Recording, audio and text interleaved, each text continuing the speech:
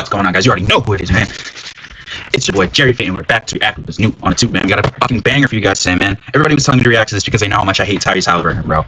This video came up on my feed. I was asking my boys. I was like, bro, should I react to this? Like, it's a short video, but like, you know what I'm saying? I feel like it would be good just because it's kind of on pace with, you know, the shit that I be talking about this man. What the Haliburton, bro? You guys saw he hit the fucking game winner the other, or not game winner, the game time, man. That shit was crazy. I was reacting like crazy. If you haven't seen that video, I'll link it at the end, man. It was crazy reaction. We're on every game, bro. Send me other reactions you want me to react to, bro. We're not afraid to react to anything. We got a nice little lineup for this weekend, bro. We're coming hard. We're growing fast, bro. We just hit 80 subscribers. I want to say thank you, guys. I appreciate everybody that's been tuning in, showing love, showing support. And anyway, like, even if you're not subscribed, you know, if you just checked out a video of mine, just want to say I appreciate you. And that we're not going to stop anytime soon, man. We're growing fast. And, yeah, building a community, bro. So, yeah, we got this Haliburton video that I want to check out. This is why people hate Tyrese Haliburton. We're going to see if these reasons in this video fall.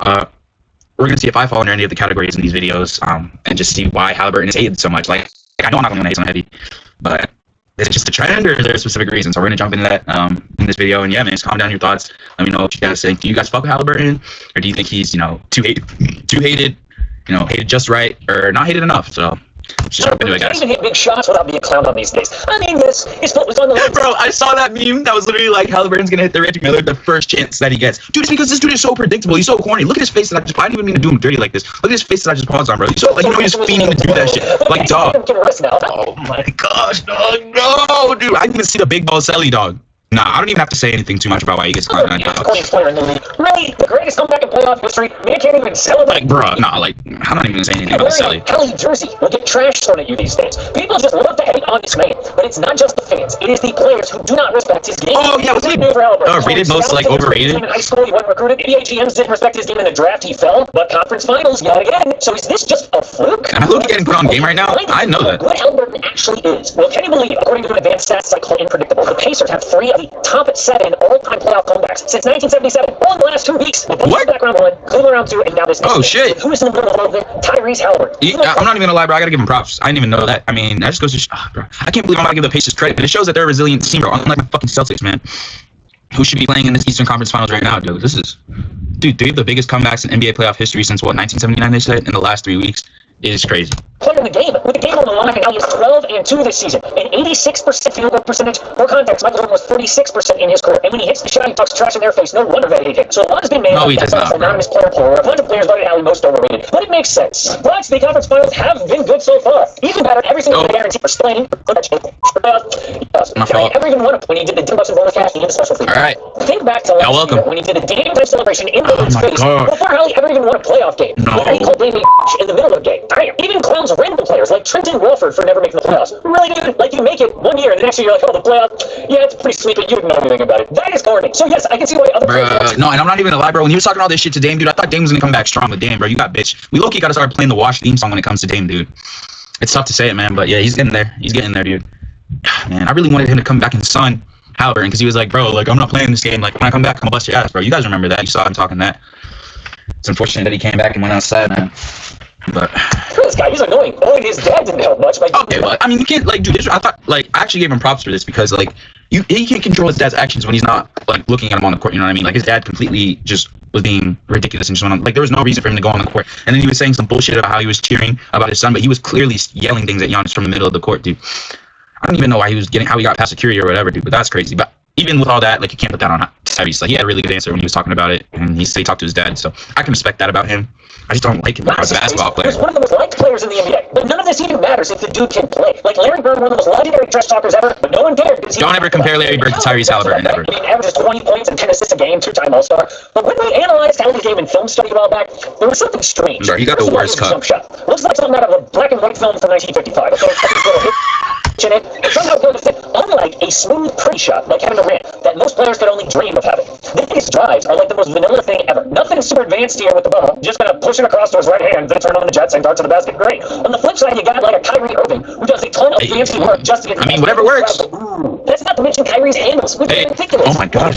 Damn. During this All-Star game, but Haliburton, whooped his ass. God help him if shot isn't falling because there ain't much there. So players respect things that they themselves cannot do. Instead, when they're guarding Haliburton, they think to themselves, this dude is an elite. I can totally cook this dude in the gym one-on-one. Why is he making the Olympic team? Guys like Jalen Brown. Bro, I forgot he made the Olympic team, dude, but he took like a chance. He didn't play at all. To get that overrated, but the reason is somehow it works. His game might not be the prettiest, but it gets the job done more often than not. You don't even have to respect it. The proof is in the numbers. Back-to-back conference finals for a reason. But while we're on the subject, this is similar to another villain on the Pacers. Reggie Miller was also accused of being corny, which he probably is, who also hit a big shot in a Knicks collapse. But there is a big difference between Reggie's shot and Halie's shot that people aren't talking about. So it was May 7th, 1995. Second round of the NBA playoffs, also game 1 in New York. You know about this. You watched Last Dance and you know about this. Reggie then took 2 seconds to hit a three. Knicks end up, Reggie steals the ball and runs behind the three-point line to tie it. He then sinks 2 free throws to score 8 points in 9 seconds to win the game. Haliburton can do this in his best day, bro. You choke so bad under pressure. Just kidding, man. Obviously, I'm just trolling. Just trying to get a reaction out of Pacers fans, bro. But dude, no, I mean, honestly, like, bro, Haliburton. Like, we're gonna finish watching what this guy has to say, but like, dude, it's just like it's kind of like the same thing with Tatum, bro. I just feel like it's so easy to not like this guy. Like, it's so bad to say, but I just feel like it's so easy to not like the dude. Dude, honestly, it might be because of how light-skinned they are. Like, I'm not gonna lie. Like, bro, if I wasn't a Celtics fan, I probably would have, like, rag on Tatum way worse than I do. Like, if you guys think that the constructive criticism that I give to Tatum is bad, it would be bad. It would be even worse if I wasn't a Celtics fan. So, I don't know, man. Like, dude, like, the only, like, for me, I just hate the Pacers. That's where my hate for Haliburton comes from, because I'm a diehard Celtics fan. So it generates from the fact that he's on the Pacers. And I say the same thing when it comes to Giannis. Like, I like Giannis outside of when he plays us. But when he plays us, I can't fucking stand him. It goes for everybody that comes and plays us. But, like, my thing with Haliburton is just, like his squintiness takes it to another level. To the fact, like, even when he's not playing the Celtics, like, I don't want to see him doing well. Like, I don't want the Pacers to do well. You know what I mean? Like, it's like when I see him doing some shit, like a highlight or some shit, like, I'm like, who?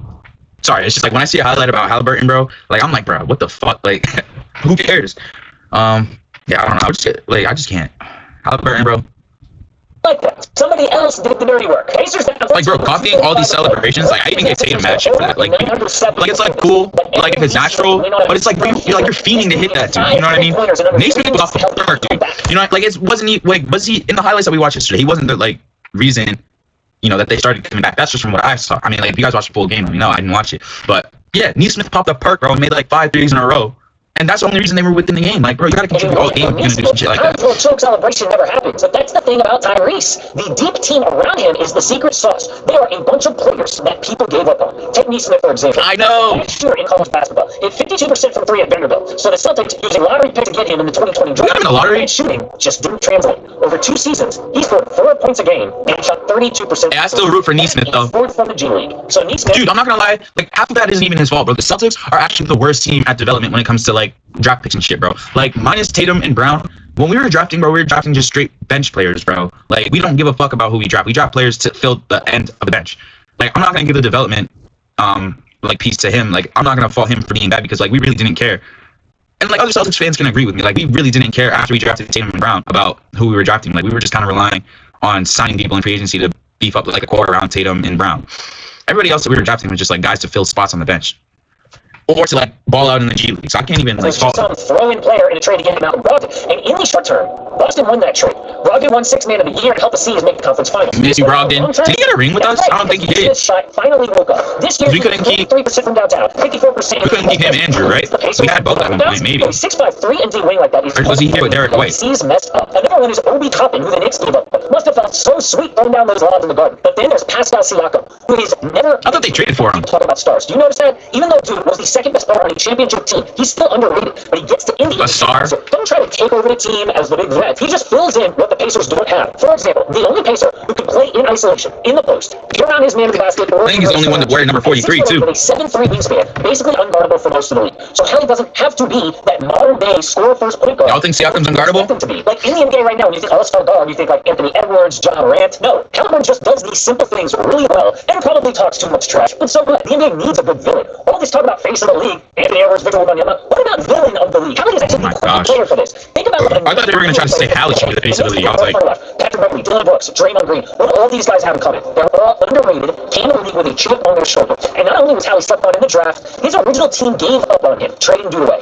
Made fun of for not even playing in the Paris Olympics. So it makes sense that while everybody from fans and players are calling him overrated, Tyrese can be a little annoying and corny when he proves those people wrong. But the Celtics are going to go through even bigger changes this offseason. All right, bro, that's going to do it. This guy, like, he's going to lead into the next video, so we have nothing to do with that. But, hey, man, that's going to do it for this video. What do you guys think about the reasons that, you know, people are hating on Tyrese Haliburton? Do you think he's, you know, overhated, underhated, hated just right, like I said? And do you think he deserves to be the villain of the league? You know, he named a couple of prime candidates like Green, Brooks. Who else? I don't know who else, but he named a couple of those guys, and I don't know. I feel like Haliburton really doesn't even fit that kind of category as like a villain. I just think he's just annoying, honestly.